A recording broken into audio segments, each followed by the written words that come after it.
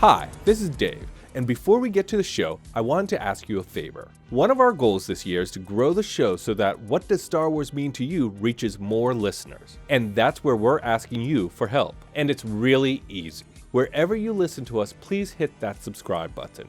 If you're liking the show, give us a 5-star rating and review on the platform you listen to us. We make a lot of fun of the algorithm and the smash that button thing, but it really does help us get noticed by new fans. And if you want to join in on the conversation, find us on social at Star Wars Mean to You. That's Star Wars Mean, the number 2 in the letter U.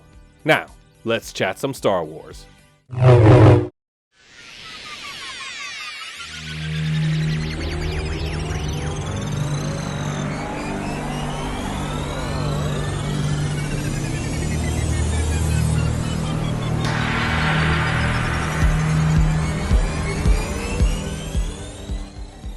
Hello there. This is Dave, and you're listening to What Does Star Wars Mean to You? The show where we talk to all kinds of fans of Star Wars, from industry insiders to indie artists, from mega collectors to obsessive mythologists, to find out how Star Wars impacted their life. Here's the thing, Star Wars has become so divisive that it's almost impossible to talk about without starting a hate debate. So let's change the conversation from what is right or wrong with Star Wars to what does Star Wars mean to you? Today, it's episode 5, Dave Sherrill, part 1. Now think if Bob Ross and punk rock had a kid, that would be Dave Sherrill. Now, all my conversations have been recorded a while ago, and this one was recorded around mid-January, and that's why we don't talk about, real current things so much. And I don't even know why I just reminded you that it's not super current, but it is what does Star Wars mean to Dave Sherrill, so here we are. But before I get to the conversation, a couple of things. It's Thursday, April 6th. That means later in April, I'll have J.C. Reifenberg on the show. He is the creator and owner of the Hollywood geek bar, Scum and Villainy, and he tells of his lifelong obsession with Star Wars and how it got him from the Rosie O'Donnell show to working in Hollywood. Now, all of this leads up to my May the 4th Be With You special, where JC shares his Jar Jar theory, and it's not what you expect, so keep listening and click the subscribe button so you don't miss a thing. Let's talk Jedi Survivor real quick. The story trailer came out a week ago, I think, and it looks fantastic. But here's the thing. It's releasing only on next-gen platforms like PS5, Xbox Series X, and S, which it kind of blows, quite frankly. I either have to get a new system or not play it. And honestly, I'm probably not going to play it. Well, at least not until the PS6 comes out and the PS5 is on deep, deep discount. But that's probably years down the line. I think it's going to be a great game. I loved the first Jedi Survivor, but until I get a PS5, I guess this will be the last I talk about it. Okay, so there's also a new Mandalorian on yesterday. It was Chapter 22, Guns for Hire, and directed by Bryce Dallas Howard. Okay, so spoiler alerts, I will get into what happens in the show a little bit. Now, I don't recap, because if you've listened to the show, I don't recap. Like, listening to me recap anything is like hanging out with a mouse droid all day. It meanders and chirps a lot. But I do have reactions to Mandalorian. It was great seeing another episode directed by Bryce Dallas Howard. I feel like she brings a lot of scope into the show. Like her stint during Boba Fett, this episode just felt a little bit bigger. Things like Bo-Katan's ship flying into the atmosphere, approaching the Dome City. You get that great POV shot from the nose of the ship, and we haven't really seen a lot of that in Star Wars. In the fight sequences, where Bo-Katan and her Mandalorian challenger uses their jetpacks and weapons as natural extensions of themselves. That's when it really works for me, when you see their use of their weapons is not just second nature, but so natural that the moves surprise you, and at the same time you go, yeah, of course, that's what you do if you have a jetpack. You use it to slam someone against the wall. Of course, you're slamming against the wall as well, but yeah, let's not get into that. Now, this episode had Jack Black, Lizzo, and Christopher Lloyd, which was a lot of big guest stars for one episode. Sometimes I find the guest stars to be a little distracting, like if there's too many real, recognizable faces and personalities, too much of our world comes through and takes me out of the Star Wars universe. Now that sounds like a complaint, but I don't intend it that way because at the same time, I really enjoy seeing cameos in the shows. You know, maybe they should make a Halcyon show that is based off of the Love Boat. And each week, various stars come onto the ship to find love as we follow the hapless Halcyon crew and how they help everyone in their romantic troubles. Halcyon's a hard word to say right after hapless, especially. And you know what? The Romeo and Juliet quarren in Mon Calamari that opened Chapter 2 could be in the pilot episode. You know, I'm only half joking about this. I think that could be a fun show, but it could not. Anyway, back to The Mandalorian. I loved watching Bo-Katan and Din do what was basically a film noir detective episode as they try to solve the problem of why all these droids citywide are turning against the citizens. Honestly, I could watch that partnership all day. Bo-Katan brings a great counter personality that highlights just how kind of grim and blunt Din is. And I like how they always are always kind of judging each other and each other's ways. They're always giving each other a little side eye or side visor. In this episode, you see a lot of that. Din goes in like a rabid Wookiee looking to kill, and Bo-Katan is just trying to be more subtle. Anyway, with the troubles they had with the droids, it reminded me of a deleted moment from my conversation with Jennifer Gallego. We started talking about droids, and because I felt like it was too much of me like pontificating, and I like to keep the focus on the guest and their views on Star Wars, I took it out. But today it feels really relevant. So here's the clip. But I don't know, there was something like every once in a while there's a droid who it just feels like a human in a droid body, not like an actual droid. Yeah. And I possibly a little too sentient. Yeah. I think that's what it is. To me, I mean, before L7, and I just looked it up, it's L337, I think. Thank you. Yep. But to me, the droids were kind of like the magic in Harry Potter. Mm-hmm. Because in Harry Potter, the magic is so everyday. Like, the Weasley's mothers would, like, wave her wand and sweep up the kitchen. Yep. They do something and make a meal. And it was just so, like, habitual. Yeah. And I think that's what droids did in the Star Wars universe. But instead of magic, they were just automatrons and mechanical. And they would make a meal. They would serve a meal. They would clean up. They would fix your ship. They would respond to you when you were, like, crying that you were stuck in a swamp on Dagobah. So in a way, they're like this. I kind of hate phrasing it this way, but they were a tool in order to get things done within the universe. Yeah. And so ubiquitous that they just were unnoticed. Mm-hmm. And I agree with you when they get a little too sentient, like, and I think it was a lot of fun and it's a good point. But L7 felt maybe too human, like you were saying. Yeah.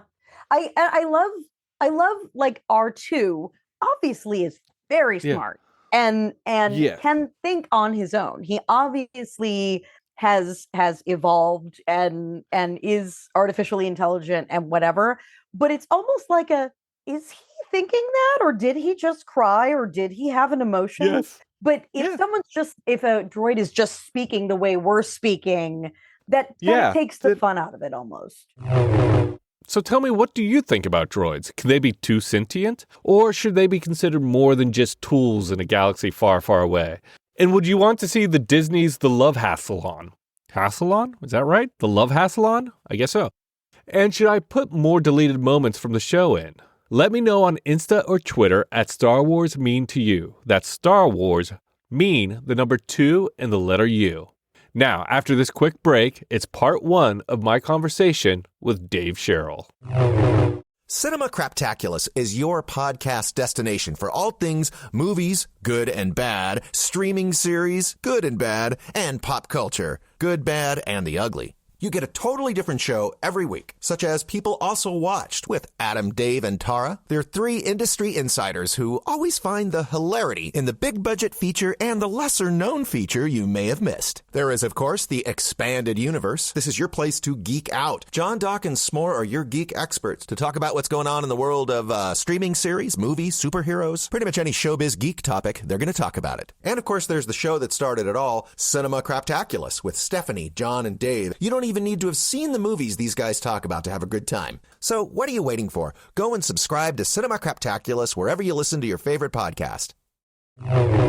Today, my guest is a novelty artist from Canton, Ohio, who is in the act of conquering the art/geek world one thrift store painting at a time. He finds unloved thrift store paintings and brings new life to them by adding pop culture icons to the pastoral settings. Think a Bob Ross painting with a perfectly integrated ATST in it. His art has been featured on Reddit, Newsweek.com, Board Panda, NPR, those little TVs on the gas pump at Speedway, and many, many, many more places. Let's give a warm why hello there to Dave Sherrill. Hello. How's it going? Good, good. Thank you so much. Are you ready to tell the world what Star Wars means to you? Yeah, always. I was going to tell them anyways. It's convenient you're recording it. Otherwise, I would just be saying this stuff in the basement. Yeah. All true fans would just mutter around if there were no such thing as a podcast. True. Yeah. In a way, you have shown what Star Wars means to you because you do take these paintings and insert, I'm going to stick with Star Wars, you insert all kinds of Star Trek, Lord of the Rings, and Star Wars characters into them. And they're the kind of paintings like you'd see in a thrift store, picturesque scenes of like a barn in snow. And what was the first one you did, and how did you come upon the idea? I had seen it done before, and I know that I had a Banksy book where Banksy had done it. But I had a vintage store for the last 7 or 8 years, and we had a vintage painting in it, and it just wouldn't sell. It wouldn't do anything. I had marked it down to like $5, and I thought it was gorgeous. But nobody wanted it. And I was like, well, I got to throw it away. And I thought, well, maybe I'll just like add a Star Wars thing to it. So I literally added an ATST that had been, wait, which one? The Chicken Walker? Yes. Every time. Anyways, it was fallen over and half submerged in the water, and it had been sitting there for a long time. There's like moss and shit growing on. And then I had some Ewoks, and they were like spear fishing off of it. So it was like post-battle, like industrial waste. Oh, that great. That was my first one. Yeah. And when was that? About 5 years ago, 6 years ago? I honestly, I don't know. I don't know why I'm throwing out years. Maybe 6 or 7, but I wasn't doing it very much. I'd do one like every 3 or 4 months just for fun, just to do it. And it's so neat how much it has taken off and become its own kind of thing. Yeah. It's just really impressive. It's a testament to your love for Star Wars and your love of painting. Yeah. I didn't know that I loved painting, but I knew I loved Star Wars. And now I really do love painting. It's like what I do all day, and I love it. That is living the dream. Absolutely. If you can make your creative outlet your living, I think you've won. You've won. Yeah, it's working for now. I don't know what the future holds, but for now, I'm going to just enjoy it. Good. So I always like to start off with this thing I call 5 with the Force. It's just 5 standard questions, pseudo rapid fire, just get a sense of all your basic lights of the Star Wars universe. Okay. So number 1, which Star Wars movie is your go-to favorite? New Hope. A New Hope. That's the one you're like, anytime you're like, need that special Star Wars fix, that's the one you go to. It was all exposition. I mean, I love introductions more. I love getting to know a weird character and exploring a weird universe for the first time. And in that movie, literally, I was trying to sketch the other day and watch New Hope. I was like, every time something weird comes up, I couldn't keep up with it because it was like, you're like Gronk droid, weird spy droid, Jawas, Jawa transport. And like the Jawa transport it's on scene for like 2 seconds. And then they just cut away from it. Like it's nothing. And it was like, oh my, there's so much going on. they go in the Mos Eisley spaceport, and there's all those Don Post masks. You know, it's a space universe with werewolves and like devils, shit. And R2D2 is so good looking, but there's like 4 other like crappy ones that are there, like the Fat Motivator droid, and and New Hope's the best. I like Return of the Jedi too. I like Rancors, and I like Jabba's palace. I like the first 3 better than everything else. But the very first one, A New Hope, that one, I put that on and I'm 7 years old. Well, let me go into question number 2. This takes a 1d6. Let me roll that. I wish I rolled it somewhere I could see it. Oh, 1. Who is your favorite major character? And this could be from any of the movies, any of the content. So, Darth Vader. If it's someone to draw, I'd rather draw Emperor Palpatine, just because he has all that grotesque neck and stuff. Yeah. But Vader is terrifying. When you first see him come in, you're like, there's no reason. Like, they don't even explain why his voice does that for like 2 movies. Yeah. He's a robot, or he's huge and he chokes people with his mind, and yeah, he's overwhelmed. I watched New Hope yesterday. It's interesting because you're so into the introduction of characters, and that's a great theatrical introduction to Darth Vader when that hole blows open and the smoke clears and he's standing there breathing. Yeah, that's like all of the introductions of New Hope wrapped up into one and just punching you in the face. Yeah, and then when you see him, you still don't know what the fuck he is. Yeah, yeah. Is it a space helmet? Is it a Is it a kabuki mask? Is it what? But after a while, you get used to it. So when you see him in Return of the Jedi and stuff like that, you're like, there's Darth Vader again. But that first time you see him, like, it's just creepy. Like, it's scary. It's just scary as hell. Yeah, and disjointed too. There's like 3 people playing that actor. That's true. When I saw it, I knew who James Earl Jones was. The first time I saw it, I was 1 year old. I actually saw it in the theater at 1977. But I don't remember it. I was in a drive-in movie theater in a van, actually, super 70s. But I hope with your parents. Yes, actually, with my parents. I forgot what I was talking about, to tell you the truth. That's okay. We'll make a perfect pair. Sure. What is question number 3 is, what is your favorite line to quote? The Han Solo. What do you say? What does he say? I say it to my wife all the time. You too. What is he? Princess Leia goes like, he says, I know. I know. Yeah. My wife would be like, I love you, and I'll go, I know. Does she know that it's Han Solo? Oh yeah, it's been 20 years of this. She just kind of rolls her eyes, and she knows that it means I love you too. Yeah. Can you do any Star Wars impressions or impersonations? Never thought about that. No, probably. Oh no, I can. Yeah. Your rebel friends are your weakness. I do a good Emperor Palpatine. Yes. Emperor Palpatine's one of my favorite characters. Yeah. And the way he just says his lines in any of the movies is just perfect. What planet is he from, too? Where do they talk like this? I think it's the Sith energy just messing with his voice box. He's slowly turning into Gollum. In another 1,000 years, he'll be Gollum.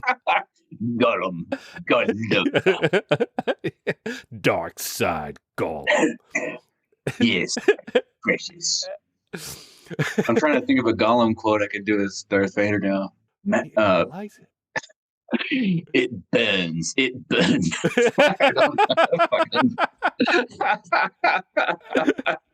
Well, okay.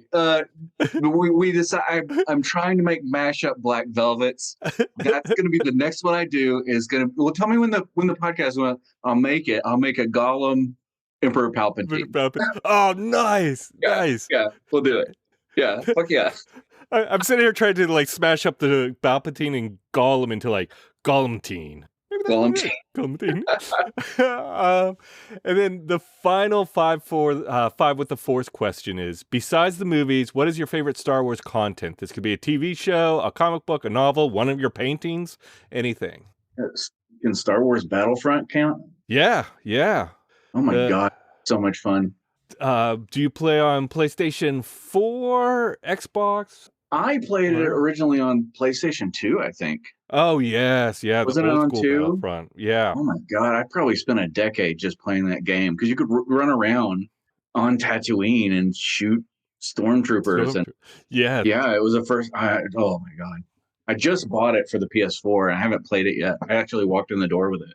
But that's my favorite. Aside from the movies, I like old vintage comic book. You know what I like the most is old poster art, especially if it's slightly different than the movie stuff. Like there's some posters where the art looks more like comic books. So Princess Leia doesn't look like Princess Leia. Luke Skywalker doesn't look like Luke Skywalker. And the weird Turkish posters are just. Have you ever seen those? I've seen some of them. Yeah. Oh, yeah. There's posters from Russia, and they just look insane. Like maybe they had one picture of Yoda, and they just made everything else up. It's just, and some of them are very artsy too. Yeah, it's they like the Turkish ones. I always get the sense of Art Deco, like lots of angles. Yes, a lot of angles and like iconic looks, as opposed to even the Hildebrandt brothers. Is it the Hildebrandt brothers who did the famous one with Luke Skywalker holding the lightsaber up over his head and Princess Leia at like kind of lying down in the white gown with the blaster? I don't know. I don't know if that's the Hildebrandt brothers, but I would check it out. That's new to me. This is the first time I've heard those words. Okay, so speaking of first times, let's talk about your first time seeing Star Wars. And I know you were one, but is there a first memory you have of experience the Star Wars movies?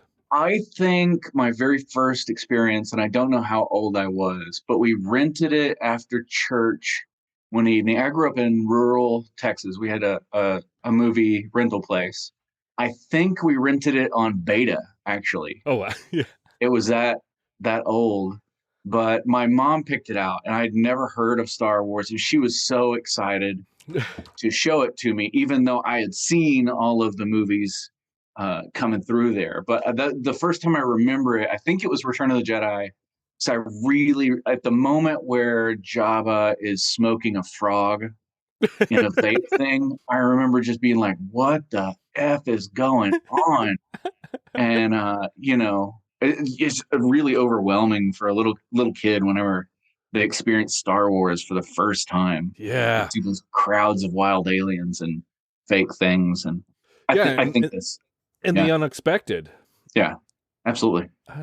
Now, how did this affect your day-to-day life? Did like Star Wars become a part of you? Were you just more of a casual fan?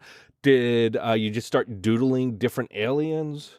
I've always been a big fan of Star Wars. When the prequels came out, I was in the theater the first night to see them. I enjoyed them, to tell you the truth. I didn't know they were bad until Patton Oswalt told me they were. But for me, when I watch Star Wars 2, it's really a lot of alien design. Just like that super overstimulates me, and it's very pleasurable. So seeing weird aliens and all of that art from all of those mask makers and puppeteers and robotics people and all of that, it's just it was very overwhelming. I forgot what the question was again.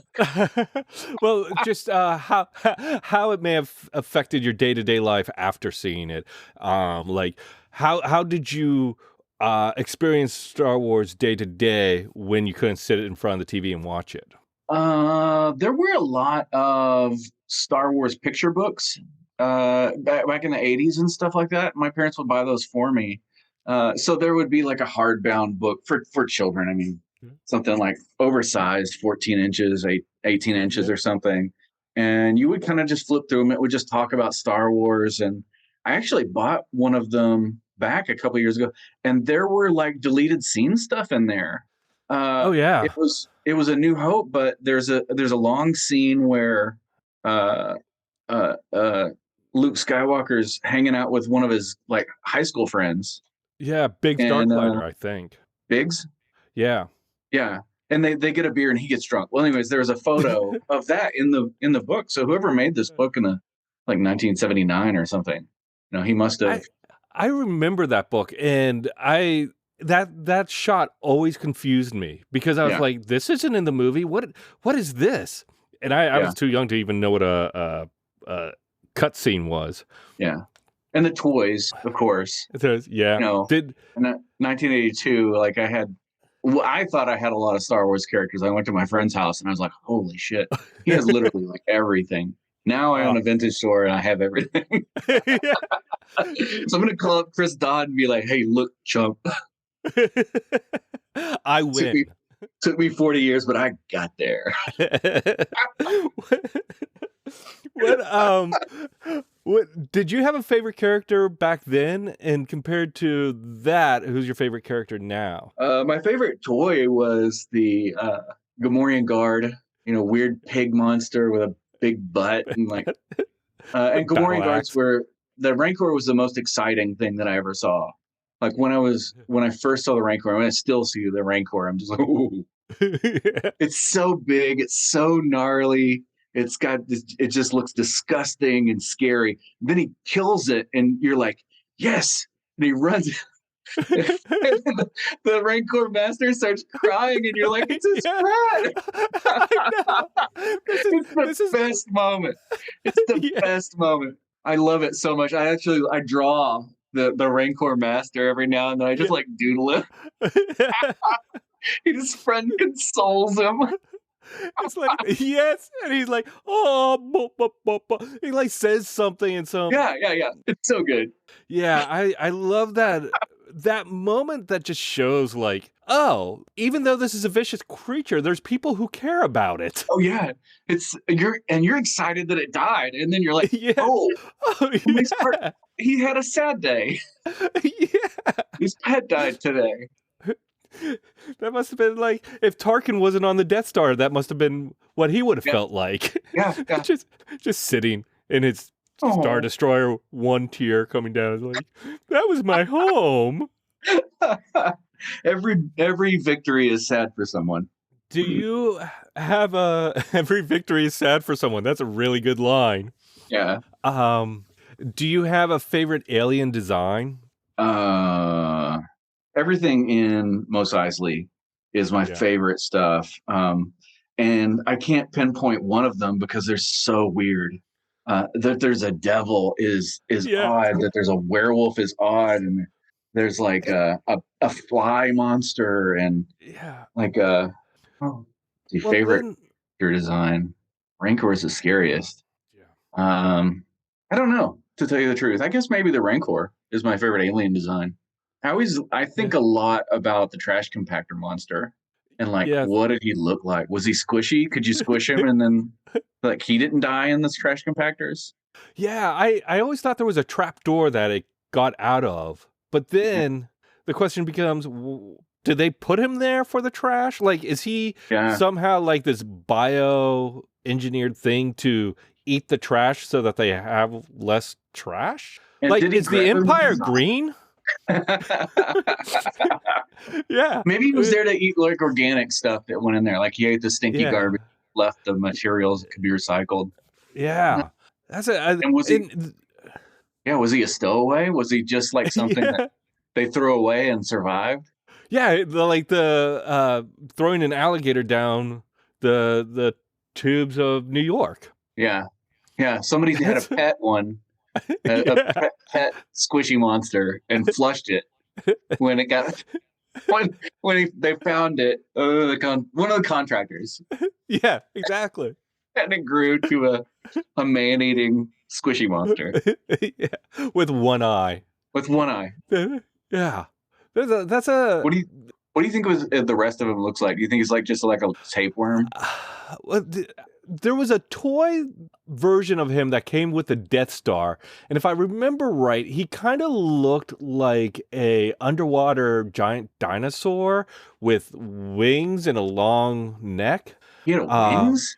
Kind of wingish things. I have to... This is like when somebody told me the Jawas were rat creatures. What, really? Yeah, you didn't know that?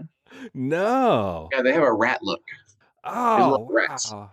Because on the toy, you pull that head back and it's just like a thumb. Yeah, yeah. I read recently, and then they kind of confirmed it in the Mandalorian when the actress that looks like Ripley, the mechanic. Yeah. Yes. She said she dated one, and they're very right. She said they're Rudential or something like that. But yes, she confirmed. Which takes us back to the cantina scene where they literally have, they didn't, there was like a gopher face or a rat faced guy. There was like, a little bitty guy. Yeah, little bitty guy. And then the other thing I wanted to say about the cantina scene is they had the devil, the werewolf, but also the hammerhead. It was like something familiar, something familiar, and then what the hell is this thing? You know why that happened, though, right? No. Yeah, they didn't have enough aliens, and Don Post was the guy doing masks, and they said, just bring, like, everything you got. And he's like, I got a Halloween mask. He's like, fucking bring them. So that's why there's a devil and a werewolf. Okay. It's literally just what he had in his studio. Yeah. It somehow I think works. It makes it better. It makes it so much better. To think that an alien, it's very likely that an alien could look like a mythological creature on our planet. Oh, yeah, for sure. Yeah. So, did you, like, obviously you're an artistic person. You've probably done art all your life. No, how did you first get into art then? I got into art in high school, started taking classes, really enjoyed it, and wanted to be a professional artist. But I lived in Springtown, Texas, a little bitty town, and there were no art-based jobs locally. And in like 1994, there probably wasn't a ton of art-based jobs in Dallas or in Fort Worth. So we went and looked at art schools, and it was just too expensive and really not promising career-wise. So my parents were like, you're also not a great student, which was absolutely fair. But so I just started doing underground art. I did zines and I did comic books. I joined a comic book collaboration with 5 other artists. We would do comic book conventions and sell our little our art books that we'd put out with our own money. We never made a profit. We sold like 4 books a year. But it was fun and it was crazy. And after that, I got really into, to tell you the truth, Robert Crumb. I liked his illustrations, and I tried to learn and copy him instead of going to art school. I even looked at that art school where you draw the turtle and you send it in to them. Yeah. And it wasn't going to like really give me, it was a scam. So really, the ad in the back of a comic book was a scam? Believe it or not. The X-ray specs are real. Those are real, but the rest of it.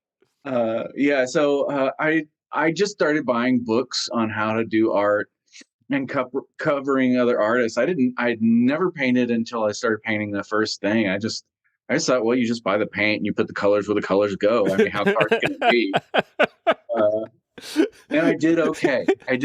My first one was terrible. My next one was much better. And then I started getting much better, much faster once I started to realize like how to work perspective and how to work. Yeah.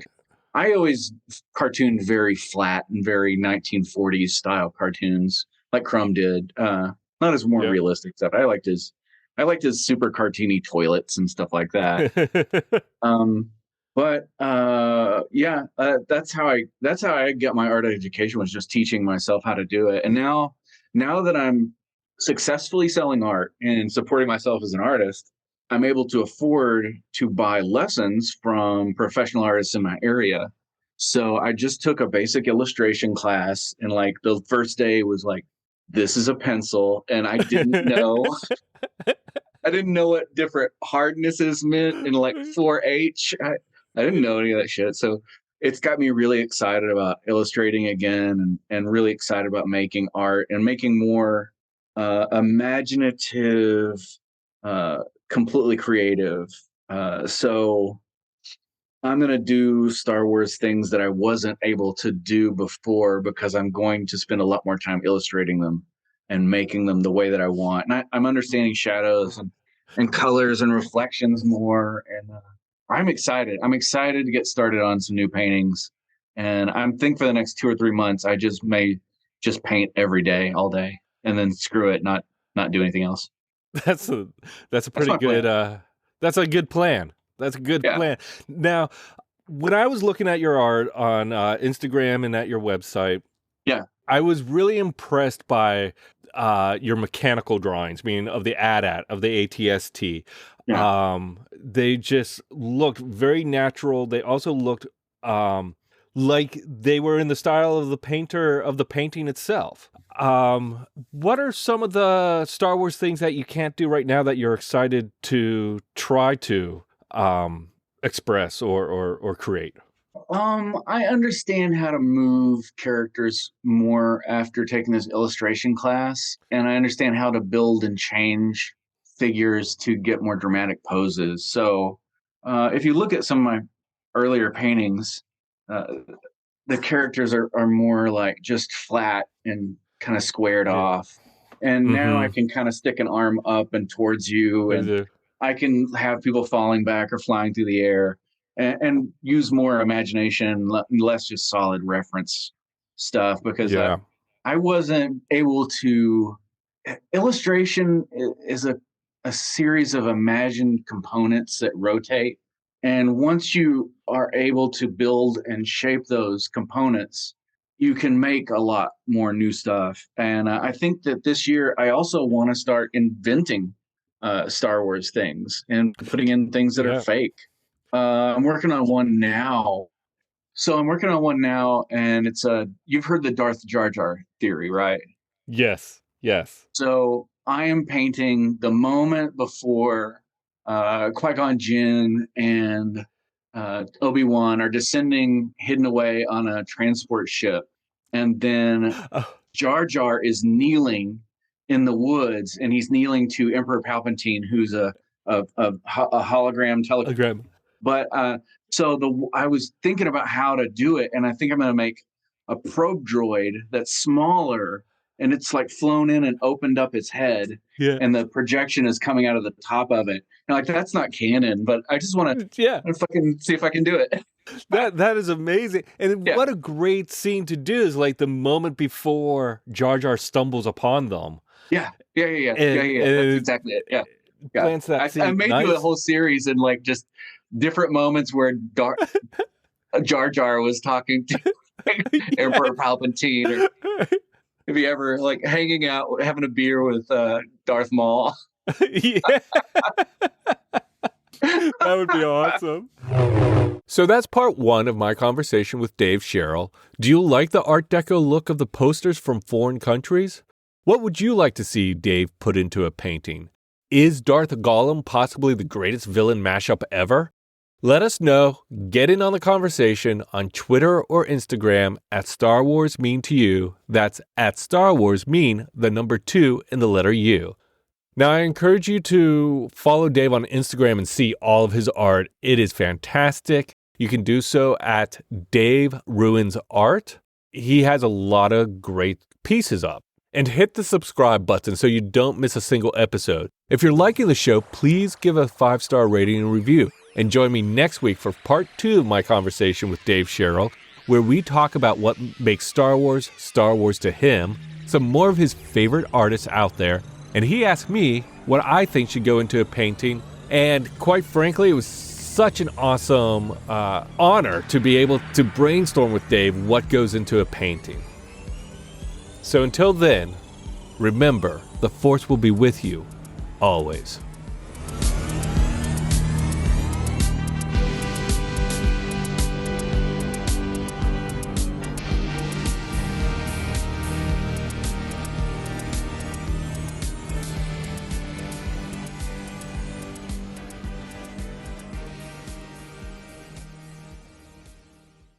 Hi, this is Dave, and before we get to the show, I wanted to ask you a favor. One of our goals this year is to grow the show so that What Does Star Wars Mean to You reaches more listeners. And that's where we're asking you for help. And it's really easy. Wherever you listen to us, please hit that subscribe button.